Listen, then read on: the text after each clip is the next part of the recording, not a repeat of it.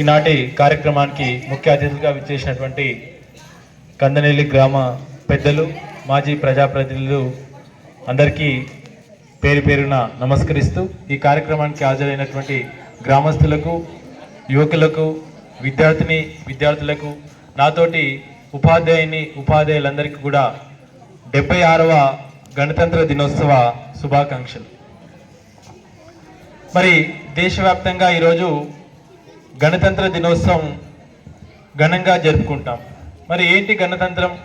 ఒక సంవత్సరంలో 2 పర్యాయాలు మనము జాతీయ పతాకావిష్కరణ చేస్తాం. ఒకటి ఆగస్టు 15వ తేదీ, ఆ రోజు మనకు స్వాతంత్రం వచ్చిన రోజు.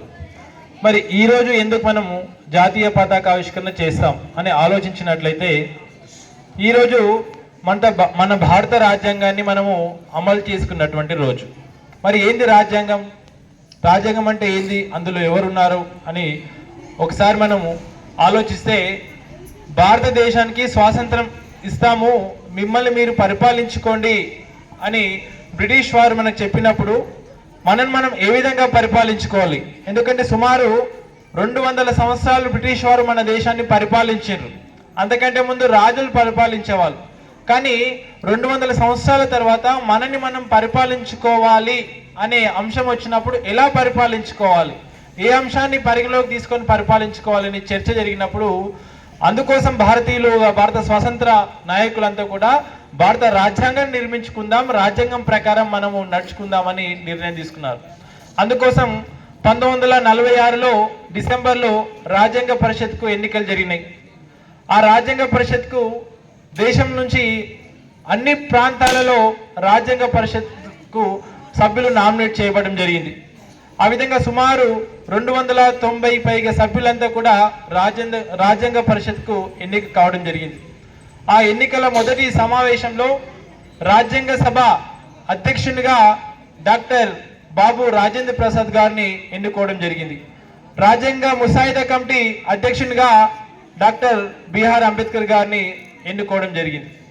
ఆ విధంగా రాజ్యాంగ సభను ఏర్పాటు చేసుకొని దేశంలోని అనేక ప్రాంతాల నుంచి, అనేక మంది వ్యక్తుల నుంచి ఏ విధంగా భారతదేశం ఉండాలి, ఏ విధంగా పరిపాలించుకోవాలి, దేశంలో ఉన్నటువంటి సమస్యలు ఏంటివి, కష్టాలు ఏంటివి, నష్టాలు ఏంటివి అనేటువంటి అనేక అంశాలపైన సుదీర్ఘంగా చర్చలు జరిగి అనేక రాత ప్రతిత్వాలు అయిన తర్వాత, దేశంలో ప్రజలందరి అభిప్రాయాలు సేకరించిన తర్వాత డాక్టర్ బిఆర్ అంబేద్కర్ గారి నేతృత్వంలో, డ్రాఫ్టింగ్ కమిటీ చైర్మన్ గారి నేతృత్వంలో భారత రాజ్యాంగాన్ని మనము లిఖించుకోవడం జరిగింది. సుమారు ఈ ప్రాసెస్ అంతా జరగడానికి పట్టిన సమయం 2 సంవత్సరాల 11 నెలల 18 రోజుల సమయం పట్టింది. దాదాపు అప్పుడే 60 లక్షల రూపాయల ఖర్చు కావడం జరిగింది. మరి ఈ రాజ్యాంగాన్ని మనం ఏర్పాటు చేసుకున్నాం. రాజ్యాంగం 1949 నవంబర్ 26వ తేదీన ఆ రాజ్యాంగ సభ చేత రాజ్యాంగాన్ని ఆమోదించుకున్నాం. ఆమోదమైన తర్వాత అమలు అనేది ఉంటుంది. ఎప్పుడు అమలు చేసుకోవాలని ఒక చర్చ వచ్చింది. ఎందుకంటే 1949 నవంబర్ 26న రాజ్యాంగ సభ చేత రాజ్యాంగాన్ని ఆమోదించుకున్నాము. మరి ఎప్పటి నుంచి దీన్ని అమలు చేయాలి అని ప్రశ్న ఎత్తినప్పుడు జనవరి 26వ తేదీని ఎన్నుకోవడం జరిగింది. వినాలి విద్యార్థులందరూ, జనవరి 26వ తేదీని ఎన్నుకోవడం. ఎందుకంటే చరిత్రలో జనవరి 26వ తేదీకి ఒక ప్రశస్తమైనటువంటి రోజు ఉంది. ఏంటి ఆ రోజు? ఏది మరి జనవరి 26 ప్రత్యేకత అన్నప్పుడు, భారత స్వాతంత్ర పోరాటంలో 1885లో డిసెంబర్లో కాంగ్రెస్ పార్టీ ఏర్పాటు చేసిన తర్వాత ప్రతి సంవత్సరం డిసెంబర్ నెలలో జాతీయ కాంగ్రెస్ సమావేశం అనేటువంటిది జరుగుతూ ఉంటుంది. అలా జరిగే సందర్భంలో 1928 డిసెంబర్లో ఒక నిర్ణయం తీసుకున్నారు కాంగ్రెస్ సభ్యులు, స్వాతంత్ర పోరాట సభ్యులు. ఏ నిర్ణయం అంటే, బ్రిటిష్ వారికి 1 సంవత్సరం సమయాన్ని కేటాయిస్తున్నాం, ఈ సంవత్సరం లోపల భారతదేశానికి స్వాతంత్రాన్ని ఇవ్వాలి, ఇవ్వని పక్షంలో మాకు మేము స్వాతంత్రం వచ్చినట్టుగా భావించి స్వాతంత్ర కాంక్షను మేము నెరవేర్చుకుంటామని ఒక సమయం ఇచ్చారు. 1 సంవత్సరం సమయం ఇచ్చారు. 1929 డిసెంబర్ అయిపోయింది, డిసెంబర్ వచ్చేసింది, 1 సంవత్సర కాలం గడిచిపోయింది. అప్పటికి కూడా బ్రిటిష్ వాళ్ళ నుంచి ఎలాంటి స్పందన లేదు, స్వాతంత్రం లేదు. అలాంటి సందర్భాల్లో లాహోర్ సమావేశం జరిగింది 1929 డిసెంబర్లో.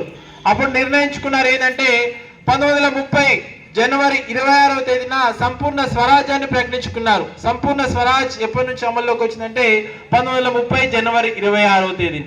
ఆ 26వ తేదీన 1930 నాడు భారతీయులందరూ స్వాతంత్రం వచ్చినట్టుగా భావించుకొని జాతీయ పతాకాన్ని ఎగరవేసి భారతీయ కాంక్షను బ్రిటిష్ వారికి ఘనంగా వివరించినటువంటి రోజు జనవరి 26 కాబట్టి భావి భారత పౌరుల జనవరి 26 ఒక ప్రత్యేకత తెలుసుకోవాలనే ఉద్దేశంతో 1949 నవంబర్ 26న రాజ్యాంగ సభ చేత ఆమోదించబడినప్పటికీ కూడా 1950 జనవరి 26 నుంచి మనం అమల్లోకి తీసుకుంటున్నాం. మరి ఏంటి రాజ్యాంగం? గణతంత్రం అంటే ఏంటి? రాజ్యాంగం అంటే ఏంటి? గణతంత్రం అంటే భారతదేశ అత్యున్నతమైనటువంటి వ్యక్తిని ఎన్నుకోవడమే గణతంత్రం.